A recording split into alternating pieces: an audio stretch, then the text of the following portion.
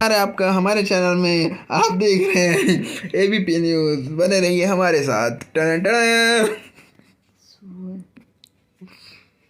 Okay so where जो दो atomic orbitals mix होते हैं और दो मॉलिक्यूलर ऑर्बिटल्स मिलते हैं, यानी कि number of atomic orbitals should be equal to number of molecular orbital. तो जैसा कि हमने पहले भी देखा था, एक एंटी बॉन्डिंग में जाएगा, एक बॉन्डिंग में जाएगा। जो एंटी बॉन्डिंग में जाएगा वो क्या होगा, स्टेबिलिटी को घटाएगा, जबकि जो बॉन्डिंग में जाएगा वो स्टेबिलिटी को बढ़ाएगा। क्योंकि एनर्जी डिफरेंस होता है दोनों के बीच में। इलेक्ट्रॉन गोइंग टू बॉन्डिंग पता है on the anti bonding. Okay, anti bonding orbital में कौन से एंटी बॉन्डिंग में सॉरी एटॉमिक में कौन से होने चाहिए जिनका energy and configuration almost same है दोनों का। श्योर, इस बात है। अगेन तो फिर हम यहाँ पे आते हैं तो कैसे होता है। वन एस से one star S again star S pi वाले में जाएगा तो ये star star star star. Okay, so this is how this goes की इंट्रामोलिकुलर। अगर हम जेड पाई डिफॉल्ट मान के चले तो टू पी एक्स का क्या हो जाएगा, दोनों में पाई में जाएगा। सिर्फ टू पी जेड वाला सिग्मा में जाएगा। जैसे कि हमने देखा था कि जो ऑर्बिटल हो उसी ऑर्बिटल पे, सेम ऑर्बिटल वाले पे जो पी वाला होता है वो सिग्मा बॉन्ड बनाता है। बाकी अगर दूसरे वाले ऑर्बिटल से बॉन्ड आए तो वो पाई बॉन्ड बनाता है। और हमने देखा था सिग्मा बॉन्ड का ज़्यादा ओवरलैपिंग की वजह से सिग्मा बॉन्ड ज़्यादा स्ट्रॉन्गर होता है as compare to pi bond. Okay, in general according to valence bond theory यहाँ पे बातें चेंज हो सकती हैं। देन अगेन कहाँ पे थे हम। ओके, दिस ओके, तो ये हो गया। इसका हम आगे देखते हैं। Let's consider wave function of atomic orbital and atomic orbital as lambda a, lambda b, and lambda a, lambda are forming a diatomic molecule. When a and b are in same phase, constructive interference होता है और bonding molecular orbital बनता है। bonding atomic orbital और anti bonding ऐसे बनता है कि bonding में constructive interference होता है जबकि anti bonding में destructive interference होता है। जो wave nature होता है एक इलेक्ट्रॉन का, वो यहाँ पे exhibit करने को देखने को मिलता है। तो हम त्रिशूल जैसा जो स्ट्रक्चर है वो साई कहते हैं। इस तरीके से दोनों आपस में फ्यूज होता है और ये डिस्ट्रक्टिव इंटरफेरेंस जैसा कि हमें दिख रहा है। Let's move forward. Okay, then this is the formula of A plus B whole square वाला फार्मूला, सिंपल मैथमेटिकल फार्मूला जो कि यहाँ पे यूज़ होगा। बॉन्डिंग मॉलिक्यूलर ऑर्बिटल में नोड इज इक्वल टू 0 होता है, जबकि एंटी बॉन्डिंग में होगा तो नोड इज इक्वल टू 1 आ जाएगा। कैसे, लेट्स सी दिस कि जैसे ही बॉन्डिंग वाला होता है तो क्या होगा कि ये प्लस प्लस मिलके एक बहुत बड़ा वाला प्लस बना देगा। तो इसके बीच में कोई भी नोड नहीं है। नोड क्या होता है, node is actually a place जहाँ पे इलेक्ट्रॉन बाइंडिंग पॉसिबिलिटी 0 होती है। तो नोड वो प्लेस हो जाता है। ओके, यहाँ पे क्या होगा, डिस्ट्रक्टिव इंटरफ्रेंस में एक दूसरे से दूर चला जाएगा पॉजिटिव नेगेटिव वाला, ये बीच में खाली जगह बन जाएगी, इसे नोड कहेंगे। तो नोड अगर फॉर्मेशन है तो यानी कि वो एंटी बॉन्डिंग वाले की ही तरफ चले चुका है। यहाँ पे देखो नोड हो गया, नोड वाला हो गया, और नोड वाला जो बना है नोड इज इक्वल टू 1, तो सिग्मा एक्सट्रिक वाला बना है। और सिग्मा वाला जो बना है अगर डायरेक्टली, क्योंकि एस एस तो हमेशा सिग्मा ही बनाता है, तो अगर बॉन्डिंग मॉलिक्यूलर ऑर्बिटल हुआ तो नॉर्मल सिग्मा 2s बना देगा। अगर लेकिन एंटी बॉन्डिंग हुआ तो विद नोड वो बना देगा सिग्मा एक्सट्रिक।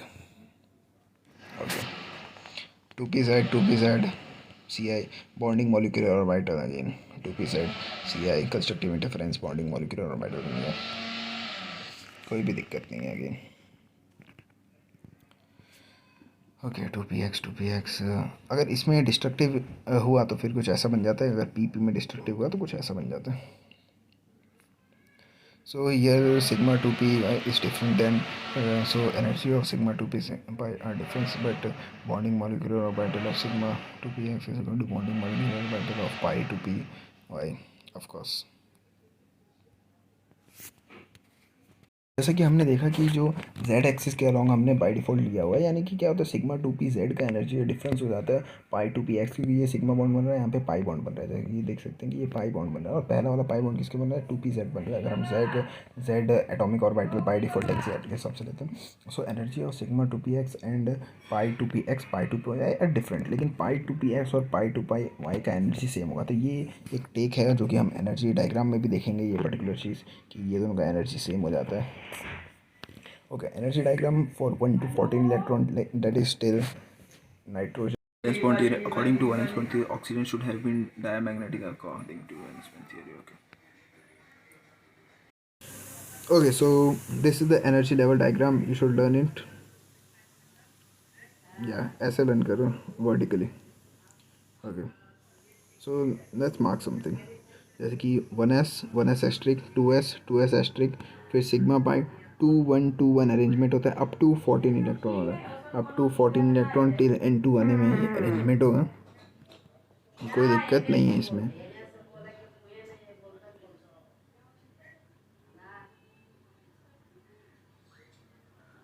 ओके, 1s से ज़्यादा 1s एस्ट्रिक, 2s से ज़्यादा 2s एस्ट्रिक हो गया।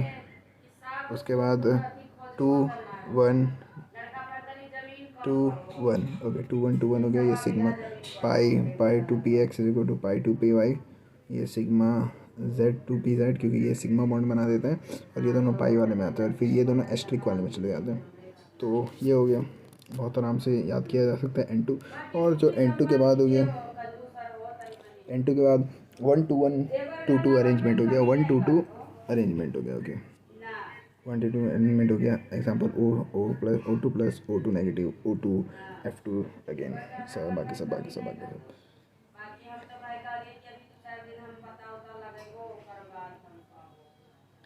ओके, H2 का total number of electron is equal to 2। Okay, we'll continue. So we'll continue this. Okay, तो हमने देख लिया कि N2 के बाद वाले 15 से 20 इलेक्ट्रॉन का कैसे होता है। इसका 1 2 2 1 स्ट्रक्चर होता है, सिग्मा और पाई के बीच का एनर्जी डिफरेंस देख लिया हमने, स्प्लिटिंग देख लिया, ये सब कुछ देख चुके हैं हम। तो इसके बाद हम थोड़े से एग्जांपल्स पे आ जाते हैं। Okay, let's continue with this one. Hydrogen 2, okay hydrogen 2 का जैसे एग्जांपल लेंगे तो टोटल 2 इलेक्ट्रॉन है, तो सिर्फ 1s2 में फुलफिल होगा। तो फिर इसका बॉन्ड ऑर्डर कैसे होता है, bond order is equal to half into bonding electron minus non bonding electron, तो 2 - 0 2, bond order is equal to 1 for sure. So stable और नॉट पे देखना है। 2 इलेक्ट्रॉन 3 इलेक्ट्रॉन से कम है, 2 इलेक्ट्रॉन तो स्टेबल है। Bond order okay, bonding electron अगर एंटी बॉन्डिंग इलेक्ट्रॉन से ज़्यादा है तो स्टेबिलिटी की ओर जाता है। स्टेबिलिटी का ये पैरामीटर देख लो कि bonding electron should be more than anti bonding electron, तब स्टेबल होगा। Okay, bond order half number of bonding minus number of anti bonding, बता चुके हैं। VBT and we say 1 more than but in monoty first bond can also be okay. VBT में क्या कहते हैं कि पहला बॉन्ड जो बना है, अगर पहला बॉन्ड जो बना है तो क्या होगा, सिग्मा होगा, लेकिन यहाँ पे क्या हो सकता है, पहला बॉन्ड पाई भी हो सकता है। ओके, यहाँ पे देखो जैसे ये वाला तो सिग्मा ही है, बट हो सकता है कि पाई भी हो। ये वाले में क्या होगा, नो बॉन्ड स्ट्रक्चर। तो देखो थोड़ा सा डिफरेंस ये दिखने को मिलता है कि ये वाला नॉन बॉन्ड स्ट्रक्चर होता है, यानी कि 4 इलेक्ट्रॉन घुस गया तो नो बॉन्ड स्ट्रक्चर हो गया, और अगर 2 ही इलेक्ट्रॉन है तो सिर्फ एक सिग्मा बॉन्ड स्ट्रक्चर है। What is the nature of bond, number of sigma and pi? तो ऑफकोर्स इसमें सिर्फ एक सिग्मा है। ऐसे क्वेश्चन आ सकते हैं, nature of bond, number of sigma, number of pi. Diamagnetic paramagnetic कैसे डिसाइड करते हैं, नंबर ऑफ अनपेयर्ड, अगर अनपेयर्ड इलेक्ट्रॉन है, अगर नो अनपेयर्ड है तो पक्का डाया है, अगर अनपेयर्ड है तो पक्का पैरा की तरफ जाता है। पक्का डाया नहीं होता है इसमें डाया में, अगर अनपेयर्ड 0 है तो B2 O2 H2 देखना पड़ता है हमें। इसके अलावा सारे के सारे होमोडाई वाले डाया होता है। ओके, H2 प्लस में कितना नंबर ऑफ इलेक्ट्रॉन 1 ही है, तो बॉन्ड ऑर्डर सिर्फ 1 हो जाएगा। देखिए पैरामैग्नेटिक भी हो जाएगा। ये H2 वाला क्या था, डायमैग्नेटिक था क्योंकि पैड इलेक्ट्रॉन थे। इसमें He वाले में टोटल 4 इलेक्ट्रॉन है। Number of bonding is equal to number of anti bonding, तो क्या अनस्टेबल हो जाएगा, जब दोनों इक्वल होता है तब अनस्टेबल हो जाते हैं। Bond order 0, it will not exist. फिर एग्जिस्टेंस का भी सवाल पूछ सकते हैं, तो उसमें ये आंसर चल जाएगा कि जिसका बॉन्ड ऑर्डर 0 होगा वो एग्जिस्टेंस ही नहीं देगा। Li2 में कितना 6 इलेक्ट्रॉन है, 6 इलेक्ट्रॉन कुछ इस तरह से फील होगा, 1s2 1s स्टार 2s2, इसका बॉन्ड ऑर्डर कितना हो जाएगा, 1 हो जाएगा अगेन, तो फिर ये स्टेबल है। Li2 and C2 exist in vapour phase diamagnetic, और डायमैग्नेटिक भी ये है क्योंकि सबके सब पैड इलेक्ट्रॉन्स हैं। अगेन देखो ये B2 आ गया, B2 है, ये डायमैग्नेटिक है, बट हमें ये पता है ये पैड है, लेकिन ये पैरामैग्नेटिक, हमें ये पता है, हमने पहले एक एग्जांपल देख रखा है B2 और 2s2 का। तो क्यों है ऐसा, देखो ये तो 8 इलेक्ट्रॉन यहाँ भर गया, और 2 इलेक्ट्रॉन जो भरा ना इसका यहाँ पे भरता है। ओके, क्योंकि 1 to 1 2 स्ट्रक्चर होता है, नंबर ऑफ बॉन्डिंग ज़्यादा हो जाता है as compare to number of anti bonding.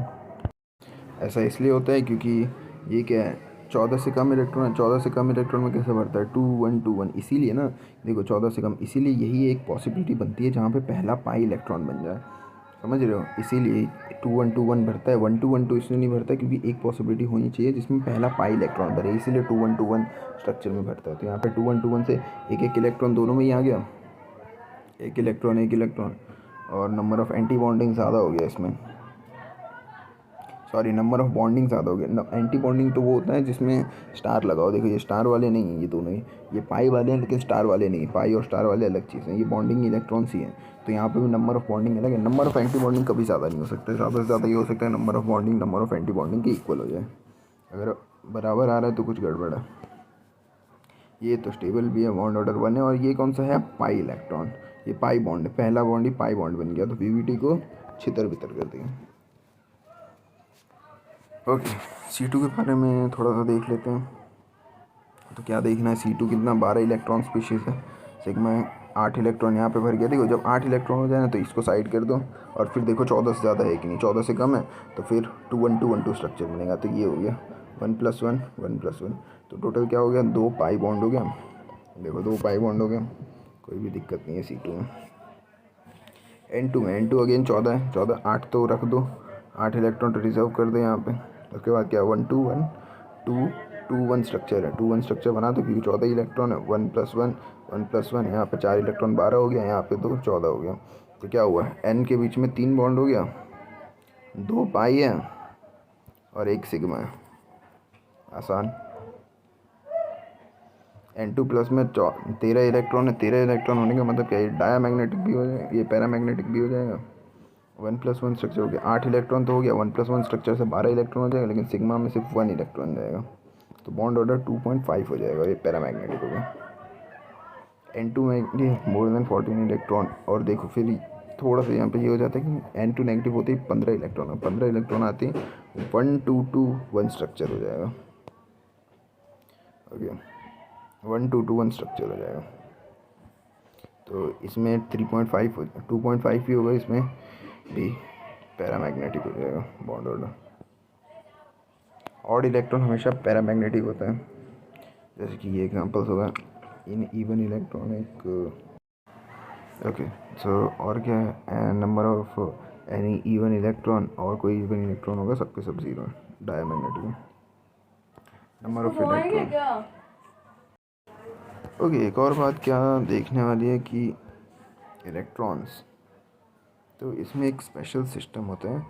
एक सेकंड पहले ये देख लेते हैं, B2 मतलब क्या है, ब का ना ओ, ब में 5 इलेक्ट्रॉन होते हैं, 10 इलेक्ट्रॉन स्पीशीज़ है। BO2 क्या है, 16 इलेक्ट्रॉन स्पीशीज़ है। और H2 क्या है,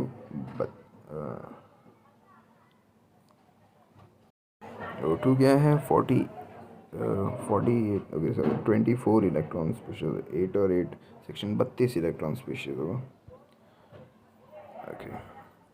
तो ये ध्यान रखने वाली बात है, बाकी सब ठीक है।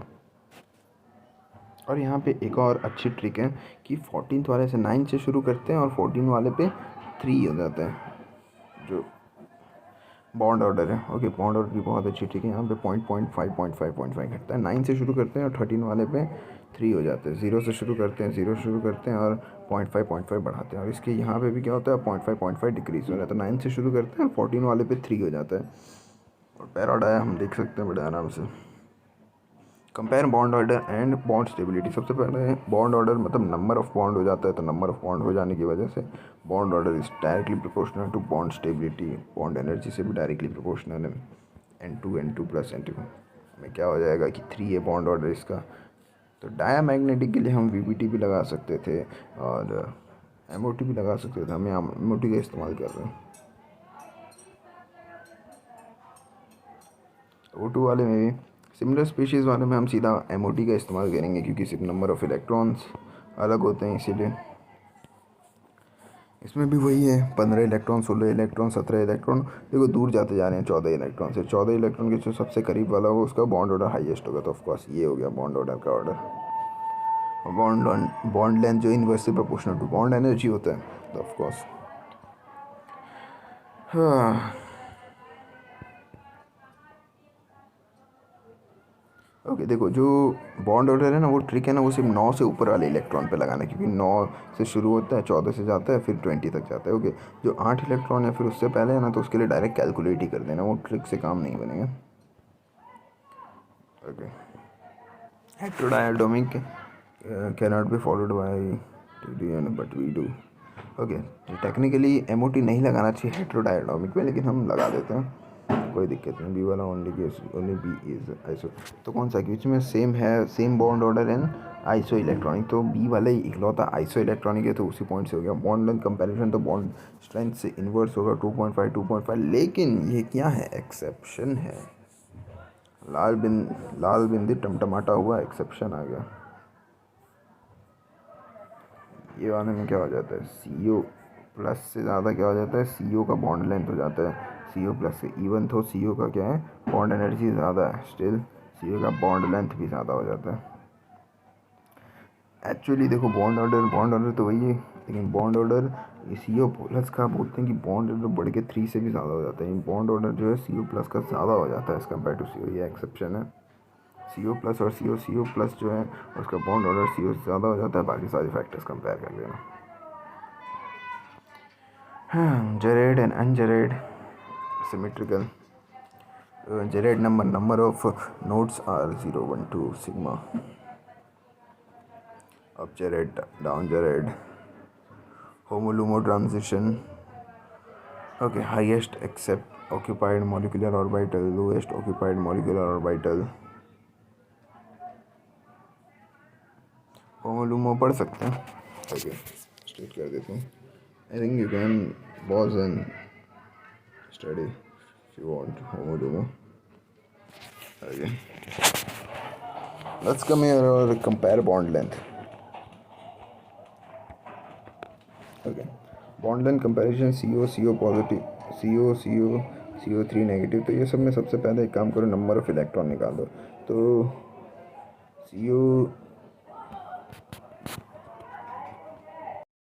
CO2 का स्ट्रक्चर कैसे होता है, ऐसा होता है। ओके, CO का स्ट्रक्चर कैसा हो जाएगा, CO का स्ट्रक्चर जब बनेंगे तो ट्रिपल बॉन्ड हो जाएगा, क्योंकि तीसरा वाला ऑक्सीजन से यहाँ पे दे रहा होगा, ताकि कंपेयर कर लें, ताकि कंप्लीट कर लेंगे दो, और दो ऐसे बॉन्ड होगा। और CO3 नेगेटिव मतलब H2CO3 का एग्जांपल है OH होगा, डबल बॉन्ड ऐसे होगा। तो इसका बॉन्ड ऑर्डर क्या हो जाएगा, 4/3, इसका 2 हो गया, इसका 3 हो गया, तो वही है 2 3 4/3 1.3 CO3। अगेन बॉन्ड लेंथ के इन्वर्सली प्रोपोर्शनल होता है, तो O2 O3 और H2O2 में 2 1.5 और 1, इसकी वजह से बॉन्ड लेंथ की वजह से हो जाएगा। देखो, ये हेटेरोडायटोमिक है, इसलिए हम एमओटी नहीं लगा रहे, और एमओटी हम सिर्फ 20 तक लगाते हैं, 20 इलेक्ट्रॉन के पार है, इसलिए हम एमओटी नहीं लगा रहे हैं यहाँ पे, डायरेक्ट स्ट्रक्चर से काम ले रहे हैं। HClO4 वाला, H2SO4, H3PO3, ये स्ट्रक्चर्स हैं, H2SO4 का स्ट्रक्चर, और हम इस बड़े आराम से निकाल देंगे bond order. Okay, percentage P character is directly proportional to bond length. इसका मतलब क्या, bond length is inversely proportional to percentage S character. Percentage S character की इन्वर्सली प्रोपोर्शनल होता है, percentage P character directly proportional. Of course, triple bond, double bond, single bond.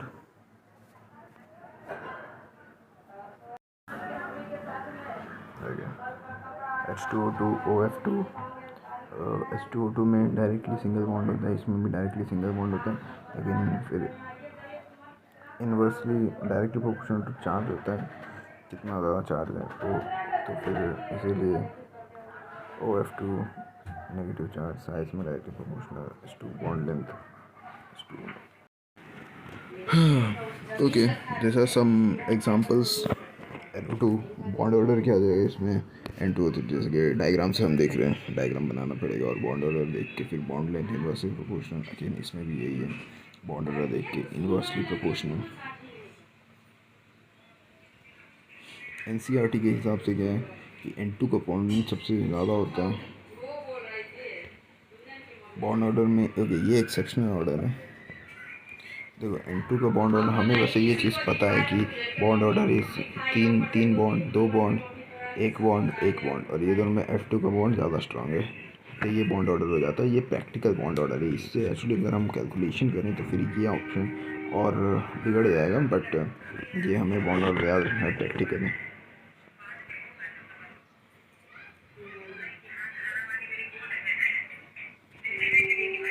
Okay, shell number तीसरा factor होता है जो हम compare करते हैं। शेल नंबर से कंपेयर करते हैं। शेल नंबर क्या होता है? जब 2 2 2 2 3 3। ओके, सो शेल नंबर, ये एक ऑर्डर याद रखना पड़ेगा। एनसीईआरटी में दे रखा है कि अगर सिंगल बॉन्ड होगा ना तो सीसी बॉन्ड ऑर्डर ज़्यादा है एज़ कम्पेयर टू सीएन, लेकिन अगर डबल बॉन्ड होगा तो सीएन पे, फिर वापस अगर ट्रिपल बॉन्ड की तरफ चल गए तो सीसी का बॉन्ड ऑर्डर ज़्यादा हो जाएगा। तो ऐसे कंपेयर करना है बॉन्ड लेंथ के बारे में कि बॉन्ड ऑर्डर। सो इसके बाद सिर्फ हमारा वीक फोर्स बाकी है। Weak force will continue.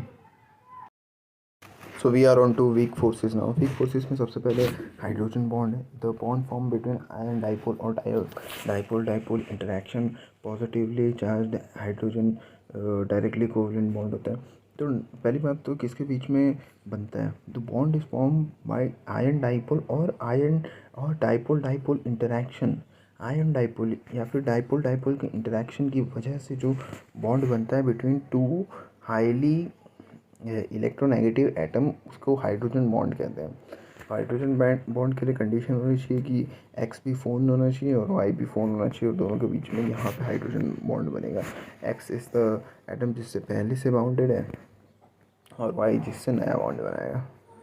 Strength of hydrogen bond. सबसे पहले strength of hydrogen bond will be directly proportional to X का ई और इन्वर्सली प्रोपोर्शनल टू वाई का ई। तो ये है, ये directly proportional to positive charge on hydrogen. इसका मतलब कि ई एन ऑफ एक्स पे डायरेक्टली प्रोपोर्शनल है, और अगर सेम चार्ज हो तो फिर ई एन ऑफ वाई के inversely proportional. Okay, compare the bond strength in सब का। Okay, let's do it. Comparing the bond strength. Okay, इसमें क्या है? F F H H. तो ये क्या होगा? ये एक्स हो गया, X, and this particular is Y. Okay, X and Y. ये वाला एक्स हो गया, ये वाला वाई हो गया। एक्स हो गया, वाई हो गया। ओके, तो सबसे पहले हम डायरेक्टली प्रोपोर्शनल टू क्या होता है? एक्स के ई एन पे डायरेक्टली प्रोपोर्शनल होता है। तो ये एफ वाला सबसे ज़्यादा, उसके बाद ये, उसके बाद ये, तो ये हो जाएगा। ए वाला ई एन ऑफ एक्स पे डिपेंड करेगा तो सबसे ज़्यादा ए हो गया। इसमें भी ई एन ऑफ एक्स पे डिपेंड करेगा, लेकिन अब देखो ए और बी दोनों में ही ऑक्सीजन ऑक्सीजन आ गया, E N of X same हो गया। तो अब ई एन ऑफ वाई देखना पड़ेगा, ई एन ऑफ वाई देखना पड़ेगा। और फिर यहाँ पे ये कि एक्स सेम, दोनों में एक्स तो सेम हो गया। अब वाई देखो, वाई में क्या? ई एन के इन्वर्सली प्रोपोर्शनल होता था, तो ये वाला कम हो जाएगा हाइड्रोजन बॉन्ड, ये वाला ज़्यादा हो जाएगा। Inversely proportional to E N of Y. तो बी वाला विंस है guys.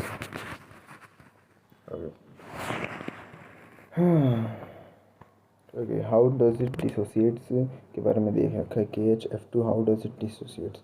Made up of KF and HF। KF और HF कैसे हाइड्रोजन बॉन्ड दे रखे हैं। This will make hydrogen bond and is active positive positive positive, so no hydrogen bond will formation. तो hydrogen bond की तरफ से टूटेगा K पॉजिटिव और HF2 नेगेटिव की तरफ से टूटेगा। तो इसमें ये लिखा गया है कि इसके, ये जो है इसके बीच में हाइड्रोजन बॉन्ड है, तो ये तो स्ट्रॉन्ग रहेगा, ये ऐसे नहीं टूटेगा, ये डायरेक्ट आयन में टूटेगा और ये पूरा अलग आयन में टूटेगा। तो ये दे रखा है इनऑर्गेनिक में रीजनिंग, और ये भी दे रखा है कि KHCl2 में कोई हाइड्रोजन बॉन्डिंग नहीं होगा, KHF2 में। उसके बाद hydrogen bonding two type of hydrogen bonding, intra and inter hydrogen bonding with in the molecule.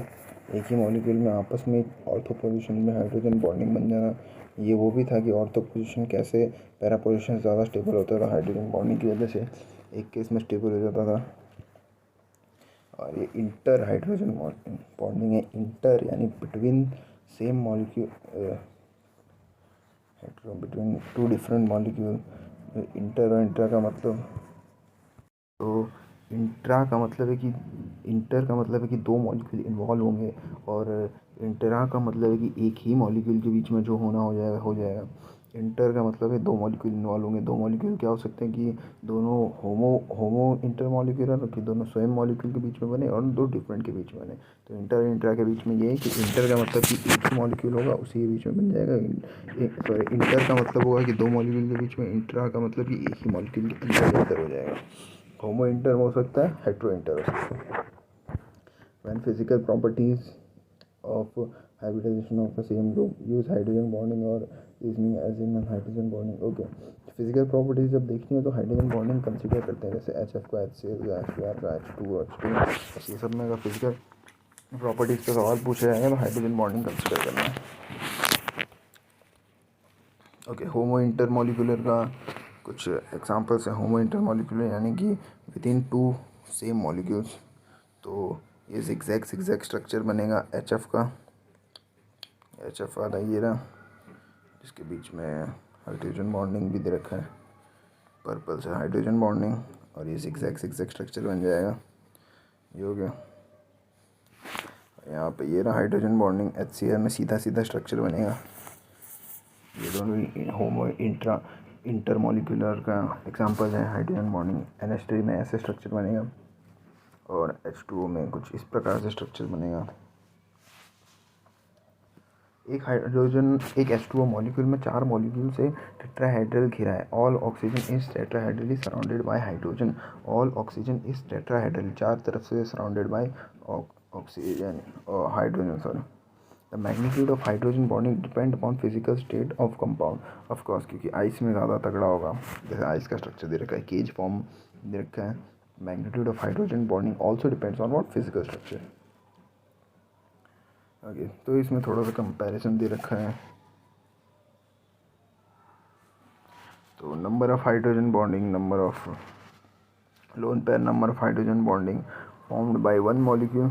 HF में एक हाइड्रोजन बॉन्डिंग बना है, जबकि 3 लोन पेयर हैं। Number of hydrogen bonding HCl में एक ही लोन पेयर है और एक बना हुआ है। NH3 में 3 हाइड्रोजन बॉन्ड बनाए हैं, एक ही लोन पेयर है। H2O में दो लोन पेयर और 2 हाइड्रोजन बॉन्डिंग बना हुआ है।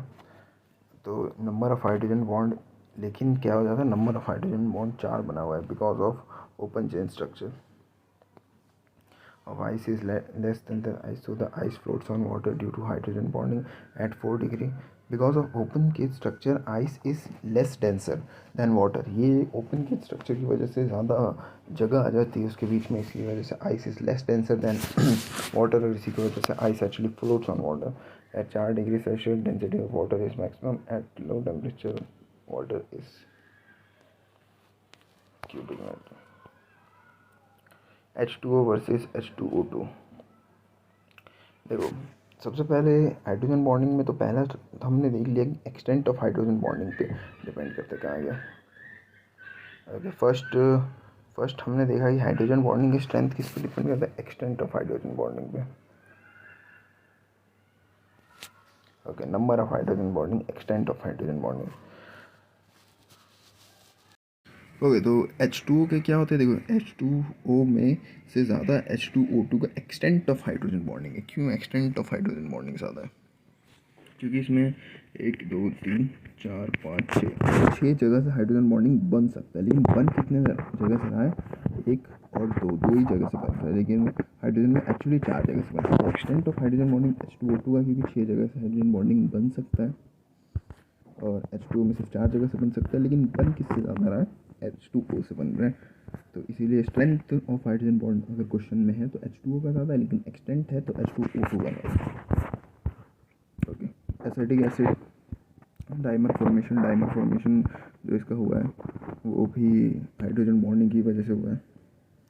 एसिटिक एसिड, ये देखो डाइमर फॉर्मेशन, ये X हो गया, सॉरी ये X हो गया, ये Y हो गया। X और Y दोनों ऑक्सीजन है, दोनों फोन में आते हैं तो फिर हो जाएगा पैरानाइट्रो। अगेन इंटर, ये भी कौन सा हो गया, इंटर होमो इंटर मॉलिक्यूलर हाइड्रोजन बॉन्डिंग हो गया। ये पॉलीमर बन सकता है NaHCO3 KHCO3, ऐसा एग्जांपल हमने पीछे भी देखा। ये देखो, ये दोनों का पॉलीमर बनता है, यहाँ पे भी हो गया XY, दोनों ही फोन में मिल गया, कोई दिक्कत नहीं हो गया। हेट्रोमोलिकुलर हाइड्रोजन बॉन्डिंग, हेट्रोमोलिकुलर H2 और अल्कोहल और पानी के बीच में कैसा होता है, पानी वाला हाइड्रोजन हो गया और ऑक्सीजन फ्रॉम इसके बीच में फोन वाला बन गया फिनॉल, और OH के बीच में भी हेट्रोमोलिकुलर हाइड्रोजन बॉन्डिंग होती है। Alcohol dissolve in water because of hydrogen bonding ही कारण है कि alcohol dissolve in water. Intramolecular hydrogen bonding, एक ही मॉलिक्यूलर के अंदर हाइड्रोजन बॉन्डिंग हो गया। 5 member ring chelating process exothermic हो गया, 5 मेंबर रिंग हो गया, ओके, चिलेशन प्रोसेस एक्सोथर्मिक हो गया, स्टेबिलिटी बढ़ गई। ऑर्थोफिनॉल, ये भी एक ही मॉलिक्यूल के अंदर हो गया। Intramolecular hydrogen bonding 6 member ring हो गया। चिलेशन के बारे में दे रखा है कि हाइड्रोजन बॉन्डिंग कॉजेज चिलेशन, ठीक है। क्लोरल हाइड्रेट, अगेन ये रहा, ओके। क्लोराहाइड्रेट का ये भी था कि एक ही मॉलिक्यूल के ऊपर OH दोनों ही स्टेबल होता है रैदर देन कि इसका हाइड्रेशन होके CHO बनने के। तो ये ऑर्गेनिक में ये एग्जांपल भी है क्लोराहाइड्रेट में। Application of hydrogen bonding, okay. Hydrogen bonding mostly affects physical properties, जैसे कि हमने पीछे भी देखा था, properties that does not depend on single atom but on interaction of different atoms. Physical properties यानी क्या कि वो प्रॉपर्टीज जो कि एक एटम पे डिपेंड नहीं करते हैं बल्कि बल्क ऑफ एटम्स पे डिपेंड करते हैं और आपस में उनके इंटरेक्शन के भी ऊपर डिपेंड करते हैं। So whenever in this topic we talk about hydrogen bonding, it is interhydrogen, as intra में hydrogen has no effect on bulk of course। Intra में अपने ही ऊपर इफेक्ट किया है तो बल्क में, क्योंकि दोनों के बीच में कोई इफेक्ट नहीं है तो बल्क में कोई इफेक्ट नहीं है, okay. HF is liquid much HCl is gas. इसको भी हम एक्सप्लेन कर सकते हैं कि HF ने हाइड्रोजन बॉन्डिंग बना रखा है इसीलिए वो लिक्विड है, H2O भी लिक्विड है, जबकि H2S गैस। दोनों ही एक्सप्लेन किया जा सकता है beautifully with the example of course. तो और ये भी बोला था कि physical state, hydrogen bonding physical state पे भी डिपेंड करती है। पीछे था विस्कोसिटी डायरेक्टली विस्कोसिटी गाढ़ापन directly proportional to hydrogen bonding. Glycerol और ग्लाइकोल में पूछा विस्कोसिटी किसका ज़्यादा है, तो यहाँ पे 3 हाइड्रोजन बॉन्ड बनेंगे, एक्सटेंट ऑफ हाइड्रोजन बॉन्ड इसका ज़्यादा है तो विस्कोसिटी भी इसी की ज़्यादा होगी। Viscosity inversely proportional to hydrogen bond of course. ये दोनों में देखो, ये दोनों में से विस्कोसिटी ज़्यादा किसकी होगी, volatility, okay, volatility is inversely proportional to hydrogen bond. और हाइड्रोजन बॉन्ड यानी इंटर वाला, ये इंट्रा हाइड्रोजन बॉन्ड बनेगा, ये अपनी स्टेबिलिटी बढ़ा लेगा लेकिन ये विस्कोसिटी नहीं बढ़ा पाएगा। ये क्या है, इंटर हाइड्रोजन बॉन्डिंग बनेगा, ये विस्कोसिटी बढ़ा लेगा क्योंकि एक दूसरे से चिपक जाएगा, ये एक दूसरे से कोई खास नहीं चिपक रहा है, यानी विस्कोसिटी पे कोई फ़र्क नहीं पड़ेगा, यानी कि वॉलेटिलिटी इसकी ज़्यादा हो जाएगी, ये ज़्यादा तेज़ी से उड़ जाएगा। Volatility inversely proportional to hydrogen bonding, okay. Vapour pressure directly proportional to volatility होता है, जितना उड़ेगा उतना वेपर प्रेशर उड़ेगा, यानी inversely proportional to hydrogen bonding. Boiling point directly proportional to hydrogen bonding. Surface tension directly proportional to hydrogen bonding. Of course देखो ज़्यादा पकड़ के रखेगा। सरफेस टेंशन क्या होता है कि वो जो सरफेस मॉलिक्यूल एक दूसरे को कितने अच्छे से पकड़ के रखते हैं, जितने अच्छे से पकड़ के रखते हैं उतना सरफेस टेंशन बनता है, तो इसीलिए which of the following is highest surface tension, तो of course H2O extent of hydrogen bonding से पहले देखेंगे और उसके बाद फिर इन्वर्सली प्रोपोर्शनल टू, ये डायरेक्टली प्रोपोर्शनल टू X का En, तो ऑक्सीजन का En S से ज़्यादा है। वीक फोर्स में हमने हाइड्रोजन बॉन्डिंग देख लिया। आयन डाइपोल बाकी है, आयन नॉन पोलर बाकी है, वंडरवॉल बाकी है। आयन मॉलिक्यूल के बीच में म्यू इज इक्वल टू 0 हो सकता है, mu is equal to not 0 हो सकता है, आयन और इंड्यूस डाइपोल हो सकता है, आयन और डाइपोल हो सकता है, दोनों ही पॉसिबिलिटीज़ हैं,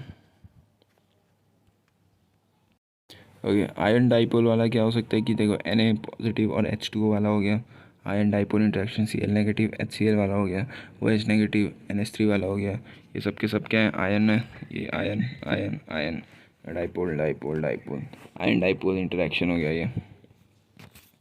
आयन और इंड्यूस्ड डाइपोल में क्या हो गया, CH यानी कि वो एक्चुअली डाइपोल नहीं है, उनका म्यू इज इक्वल टू 0 होता है ये सब, बट इनके बीच में आयन आने की वजह से क्या हुआ, थोड़ा सा इंड्यूस कर दिया है डाइपोल कैरेक्टर, तो ये हो जाते हैं। ये म्यू इज इक्वल टू 0 वालों के साथ जब आयन का इंटरेक्शन होता है तो आयन इंड्यूस डाइपोल वाला बन जाते हैं। Van der Waals forces okay exist between two molecule. Van der Waals forces का ऐसा है कि कुछ हो ना हो ये तो होगा ही, इसके पास कुछ हो ना हो ये तो होगा ही। Dipole dipole attraction exist between polar molecule plus polar molecule के बीच में dipole dipole attraction. Dipole dipole attraction नाम ही सेल्फ एक्सप्लेनेटरी, डाइपोल डाइपोल दोनों के बीच के attraction, dipole dipole dipole dipole के बीच के attraction, dipole induced dipole attraction Debye. Okay polar non polar, polar non polar, polar non polar, dipole induced dipole, dipole induced dipole, dipole induced dipole के बीच का इंटरेक्शन। लंडन डिस्पर्शन मतलब क्या, instantaneous और induced dipole. Instantaneous non polar के बीच में ये भी बनता है, पोलर नॉन पोलर के बीच में डिबाई बनता है। ओके केडीएल होता है, पोलर पोलर के बीच में किसोम होता है, डिबाई किसके बीच में होता है, पोलर नॉन पोलर के बीच में, लंडन किसके बीच में होता है, नॉन पोलर के बीच में लंडन होता है। आयन डाइपोल सबसे ज़्यादा होता है, उसके बाद डाइपोल डाइपोल, उसके बाद ion dipole, dipole dipole, ion dipole. Okay ion dipole सबसे ज़्यादा, आयन डाइपोल, डाइपोल डाइपोल और केडीएल। वंडरवॉल का जितना भी है उसमें केडीएल आ जाएगा। Hydrogen bond is a type of ion dipole और dipole dipole attraction. Of course, hydrogen bond is a type of iron dipole or dipole dipole. Hydrogen bond is always stronger than, हालांकि ये सब तो weak force है आपस में। Okay boiling point generally ionic character देखते हैं कोवलेंट से ज़्यादा। हाउ टू अप्लाई, पहले क्या करूँ, see the forces between molecule if has hydrogen bonding और any other van der Waals forces, then if both hydrogen bonding है तो फिर एक्सटेंट, फिर स्ट्रेंथ ऑफ हाइड्रोजन बॉन्ड देखो। If no hydrogen bonding then compare by van der Waals forces. तो 3 step है कि पहले देखो मॉलिक्यूल्स के बीच में क्या फोर्स है, बॉइलिंग पॉइंट मेल्टिंग पॉइंट पूछा हुआ है, बॉइलिंग पॉइंट पूछा हुआ है तो फोर्स देखो, फिर देखो हाइड्रोजन बॉन्ड है या वंडरवॉल है, हाइड्रोजन बॉन्ड है, और फिर तुम्हें पता है कैसे कंपेयर करना।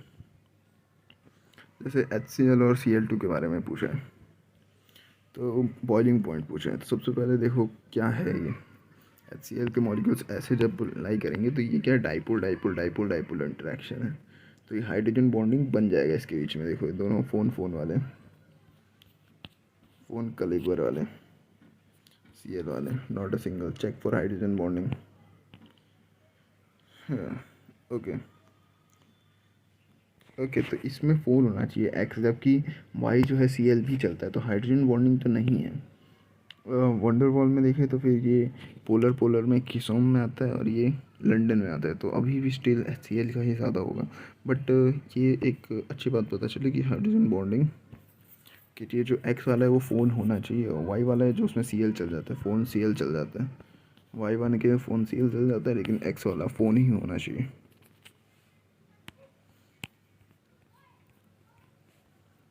ICl और Br2 दोनों में कोई हाइड्रोजन बॉन्डिंग नहीं है। ये क्या है, पोलर है, ये नॉन पोलर है। पोलर पोलर यानी किसोम डी, कोई किसोम हो गया, डिबाई होता है जब एक पोलर होता, एक पोलर होता है एक नॉन पोलर होता है, लेकिन ये तो दोनों ही नॉन पोलर हो गए। हमें मीडियम इमेजिन करना है तो सबके सब नॉन पोलर, यानी कि non polar London dispersion proof हो गया, तो हमें पता है। हाँ और क्या है कि अगर कुछ भी ना मिले, जैसे कि ये देखो जी सबके सब नॉन पोलर वाले ही हैं, अब तो कुछ भी नहीं मिला, तो क्यों van der Waals force is directly proportional to molecular weight, तो फिर हम मॉलिक्यूलर वेट के हिसाब से मार देंगे कि सबके सब नॉन पोलर वाले में ही आ रहे हैं, सबके सब नॉन पोलर वाले में आ रहे हैं, तो वेट से डायरेक्टली प्रोपोर्शनल कर देंगे। लेकिन एकदम लास्ट उपाय है कि वेट से भी करना पड़े तो ओके।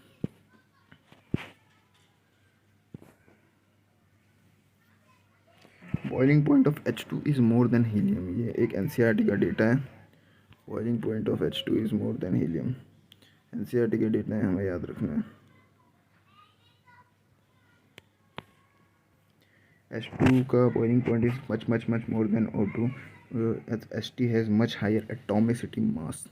H2 का बॉइलिंग पॉइंट इज मच, ये P ब्लॉक का क्वेश्चन है कि S8 का जो है वो मच मोर देन O2 है, क्योंकि S8 का much higher atomicity. He H ही लड़का जल्दी पिघल जाता है, इसीलिए जल्दी भाप बन जाता है, इसीलिए क्या सबसे लोएस्ट मेल्टिंग पॉइंट है एच का। Hydrates of 15 16 17 group, hydrides of nitrogen और ऑक्सीजन हमें पता है सिर्फ 90 डिग्री रहता है एक थर्ड ग्रुप से, सॉरी मतलब थर्ड पीरियड से। एच में हाइड्रोजन बॉन्डिंग, H2O में हाइड्रोजन बॉन्डिंग, ये तीनों में ही कोई हाइड्रोजन बॉन्डिंग नहीं है तो फिर ये क्या बनेगा, ये सब के सब पोलर पोलर है।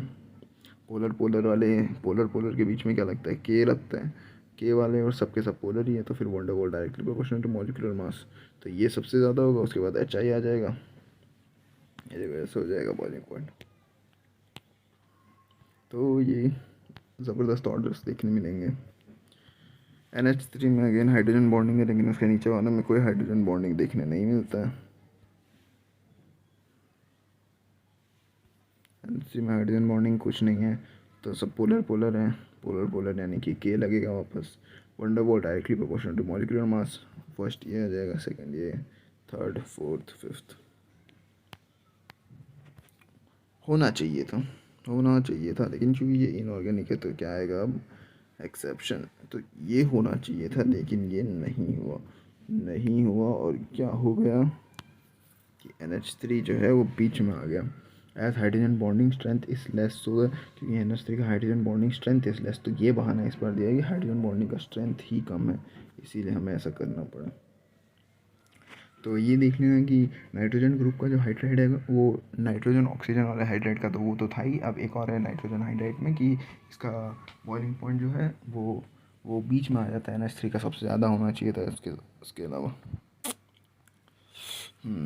ओके, और तीनों ही हाइड्रोजन बॉन्डिंग वाले आ गए,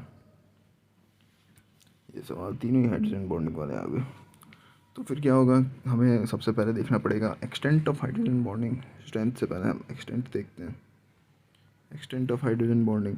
तो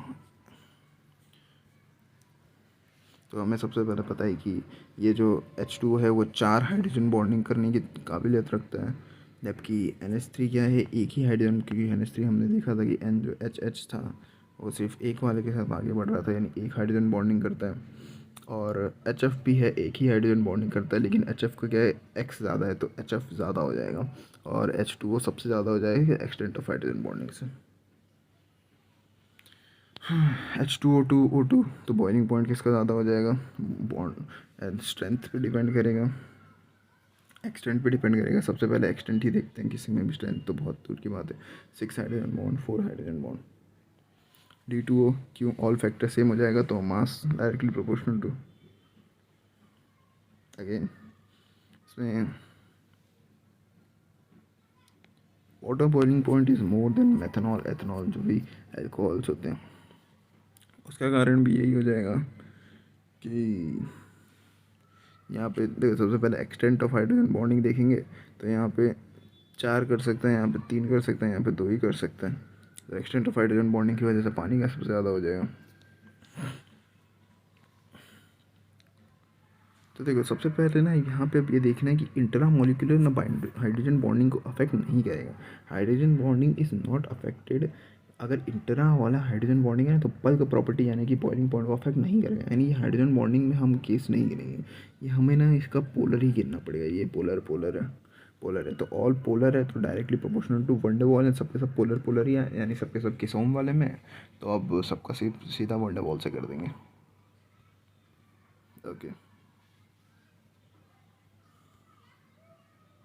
okay, ionic bond electrovalent bond होता है, bond form between atoms by transfer of electron is known as ionic bond. They are non directional unlike covalent जो कि डायरेक्शनल होते हैं, they are non directional in a solid. Ionic compounds exist as crystal lattice. Electrovalency, number of electron gained और lost by an atom during ionic bond is known as electrovalency. जैसे N2O का electrovalency क्या होगा, 2Na positive O2 negative, electrovalency of Na+1 O का -2। Oxidation number और electrovalency अलग होता है। ऑक्सीडेशन नंबर अगर Na का पूछा तो +2 हो गया, लेकिन इलेक्ट्रोवैलेंसी अलग चीज़ है। जनरली नॉन मेटल और मेटल के बीच में आयोनिक बॉन्ड बनता है, बट नॉट ऑलवेज। जनरली क्या होता है, मेटल नॉन मेटल ऐसा बॉन्ड बनाते हैं। जनरली जो है मेटल नॉन मेटल जो है आयोनिक बॉन्ड बनाते हैं, लेकिन नॉट हमेशा। जैसे कि ये जो अलबेली वाला है ना, वो कभी कभी एक्सेप्शन कर लेता है। अलबेली मांगे प्लस नॉन मेटल जो होता है समटाइम आयोनिक बनाते हैं और समटाइम कोवलेंट बनाते हैं। अलबेली ये okay, let's write this down. अलबेली मांगे समटाइम्स कोवलेंट बनाते हैं, समटाइम्स आयोनिक बनाते हैं। अलबेली मांगे समटाइम कोवलेंट, समटाइम आयोनिक। तो लेट्स से कि कब आयोनिक बनाते हैं। आयोनिक अलबेली मांगे कब बनाते हैं?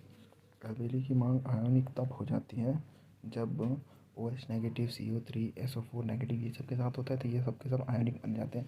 हाइड्रोक्साइड ओके, यानी कार्बोनेट सल्फेट और हाइड्रोक्साइड बनाने में, तीनों में अलबेली मांग में ये आयोनिक हो जाते हैं।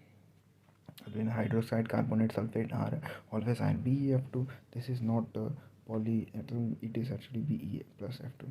This is not poly, okay. तो अलबेली मांग में क्या हो जाता है, अगर हाइड्रोक्साइड, कार्बोनेट या फिर सल्फेट है तो फिर तो वो लोग आयोनिक बन जाते हैं। लेकिन अलबेली अलबेली के साथ कलवराई आता है ना, तब ये रहा ओके।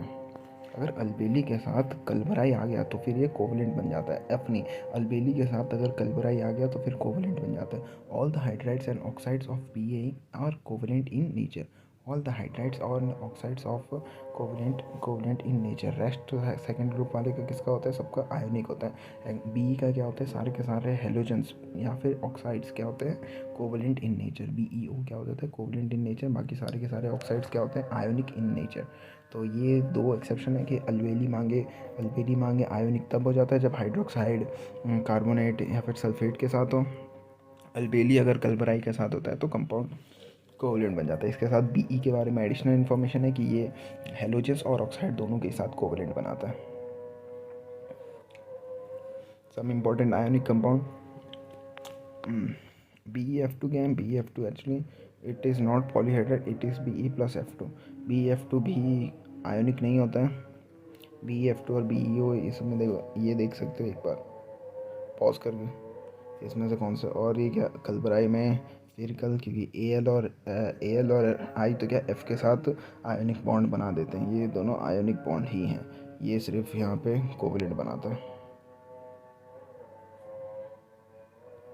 आगे necessary condition for ionic bond formation.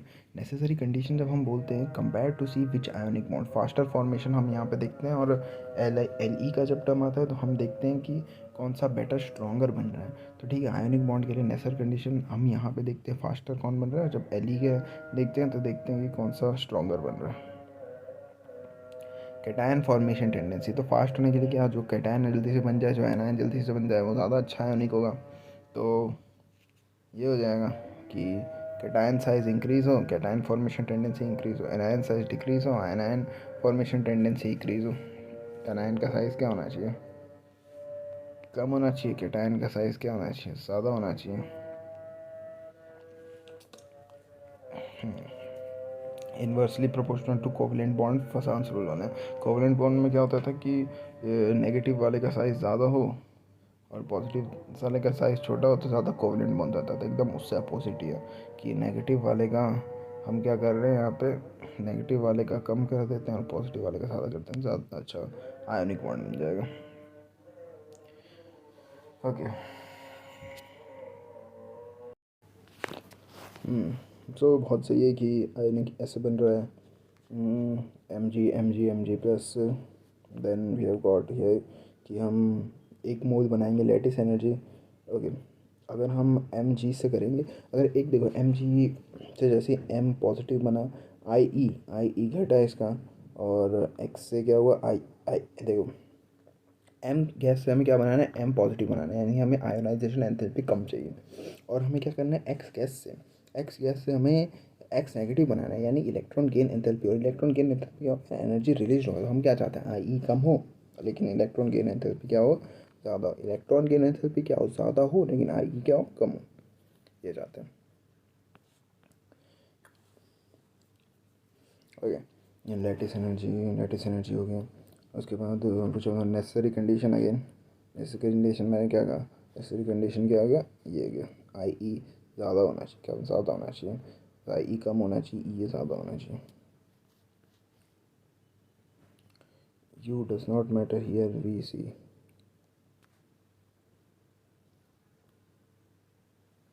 Okay. More U release stronger bond होगा, more energy release तो stronger bond होगा, of course. Lattice energy. Okay.